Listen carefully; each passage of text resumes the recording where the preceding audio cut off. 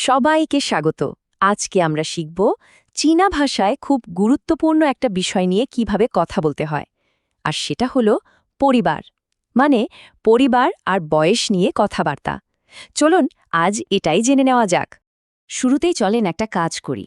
এই যে প্রশ্নটা দেখছেন, আপনার মেয়ের বয়স কত, এই পর্বটা শেষ হতে হতে কিন্তু আমরা সবাই এটা চীনা ভাষায় বলতে শিখে যাব। কি তৈরি তো সবাই? দারুণ! তাহলে চলেন আর দেরি না করে একেবারে মূল আলোচনায় ঢুকে পড়ি। আর তার জন্য সবার আগে কি দরকার? অবশ্যই প্রয়োজনীয় শব্দগুলো। চলেন সেগুলোই আগে দেখে নিই। এই দেখুন, আমাদের প্রথম শব্দটা হলো জিয়া। এর মানে হচ্ছে পরিবার বা বাড়ি। একদম আজকের আলোচনার কেন্দ্রবিন্দু। উচ্চারণটা কিন্তু খুব সহজ, জিয়া। আচ্ছা, এরপর আসছে ইয়ো। দেখতে সহজ হলেও এটা কিন্তু ভীষণ দরকারি একটা ভার্ব। মানে হলো আছে। কারো কিছু আছে, এটা বোঝাতে গেলেই ইয়ো লাগবেই। উচ্চারণটা হবে ইয়ো। এবার যে শব্দটা আসছে কৌ, এটা কিন্তু বেশ মজার। এটা পরিবারের সদস্য গোনার জন্য একটা বিশেষ মেজার ওয়ার্ড। এখন প্রশ্ন হলো, কেন এটা এত ইন্টারেস্টিং? সে রহস্যে আমরা একটু পরে আসছি। আপাতত শুধু মনে রাখি, পরিবারের সদস্য গুনতে গেলে লাগবে কৌ। এটা হলো নিয়ার, সহজ কথায় মেয়ে বা কন্যা। উচ্চারণটা খেয়াল করতে হবে নিয়ার। এখানে যেটা দেখছেন সেটা হলো জি, এর মানে কত বা কয়টি। তবে একটা ব্যাপার আছে, এটা সাধারণত তখনই ব্যবহার হয় যখন আমরা ধরে নিই উত্তরটা একটা ছোট সংখ্যা হবে, ধরেন 10-এর কম। বাচ্চাদের বয়স জিজ্ঞেস করার জন্য এটা একদম পারফেক্ট। শব্দটা হলো জি। আর এইটা হলো সুই, সোজা কথায় বছর, মানে বয়সের বছর আর কি। বয়স বলতে গেলেই এই শব্দটা লাগবেই, সুই। আচ্ছা, এবার একটা খুব গুরুত্বপূর্ণ জিনিস দেখি চলেন। এই যে লে দেখছেন, এটা আসলে একটা পার্টিকেল। এর কাজ কি? এর কাজ হলো কোনো একটা পরিবর্তনকে বোঝানো।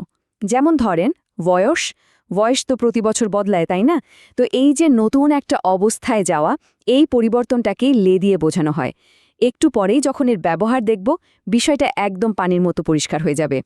এটা একদম সহজ একটা শব্দ, জিননিয়ান। মানে হলো এই বছর, জিননিয়ান। এটা হলো দুও, এটা দিয়ে পরিমাণ বা মাত্রা বোঝানো হয়, মানে কতটা বা কত বেশি। আর একটু পরে আমরা দেখব বড়দের বয়স জিজ্ঞেস করতে গেলে এই শব্দটা ঠিক কিভাবে কাজে লাগে। মনে রাখি দুও। আর সব শেষে দা। আমরা তো জানি দা মানে বড়, কিন্তু আজকের আলোচনায় এর আরেকটা মানে আছে, আর সেটা হলো বয়স। তার মানে ডা কিন্তু শুধু সাইজের জন্য না, বয়সের জন্য ব্যবহার হয়। ব্যাপারটা মজার, তাই না? চমৎকার! তাহলে তো শব্দগুলো শেখা হয়ে গেল। এখন চলেন দেখি এগুলোকে জোড়া দিয়ে বাস্তব জীবনে কিভাবে কথা বলা যায়। এই দেখুন আমাদের প্রথম কনভারসেশন। আমি ধীরে ধীরে বলছি, ভালো করে শুনুন। নি যা ইয়ো জি খো রান, এর মানে হলো তোমার পরিবারে কয়জন সদস্য। পরিবারের সদস্য সংখ্যা জানার জন্য এটা খুবই কমন একটা প্রশ্ন। আর এর উত্তরে কি বলা যায়? বলা যায় ওয়াচিয়া ইয়ো সান খৌরেন, মানে আমার পরিবারে 3জন সদস্য। খেয়াল করে দেখুন তো, একটু আগে শেখার শব্দগুলো দিয়েই কিন্তু পুরো বাক্যটা তৈরি হয়ে গেল। কত সহজ, তাই না? আচ্ছা, এবার আরেকটা পরিস্থিতি দেখি। ধরেন কারো বাচ্চার বয়স জিজ্ঞেস করতে হবে। তখন কিভাবে বলবো? বলবো নি নিয়ার জি সুয়েলা, মানে তোমার মেয়ের বয়স কত? আর উত্তরে বলা হচ্ছে থা জিনিয়ান সুসুয়েলা, অর্থাৎ এই বছর ওর বয়স 4 হলো। এই দেখুন, এখানে কিন্তু সেই লে চলে এসেছে, কারণ বয়সটা বদলে এখন 4 হয়েছে, একটা নতুন অবস্থা। এবার খুব মনোযোগ দিয়ে খেয়াল করুন। একজন বড় মানুষের বা প্রাপ্তবয়স্কের বয়স জিজ্ঞাসা করার সময় প্রশ্নটা কিন্তু একদম বদলে যাচ্ছে। বলা হচ্ছে লীলাউসি দোতা আলা। এখানে কিন্তু আর জিসুই ব্যবহার হলো না, ব্যবহার হলো দোতা। এটাই হলো মূল পার্থক্য। এবং এর উত্তরটাও দেখুন, থা চিনিয়ান উ শিরসইলা, মানে শিক্ষক লিয়ের বয়স এই বছর 50 হয়েছে। এখানেও দেখুন অবস্থা পরিবর্তনের কারণে লে ব্যবহার করা হয়েছে। কথোপকথন তো দেখলাম আমরা, কিন্তু এর পেছনে নিয়মগুলো কি? কেন কৌ ব্যবহার হলো, বা কেনই বা জি সুই আর দুয়োদা আলাদা? চলেন এবার সেই যুক্তিগুলো একটু সহজ করে বুঝে নিই। তো প্রথমে আসি সেই মজার শব্দ কৌয়ের কথায়। পরিবারের সদস্য গুনতে কৌ কেন ব্যবহার হয়? কারণ এর আসল মানে হলো মুখ, মানে মাউথ।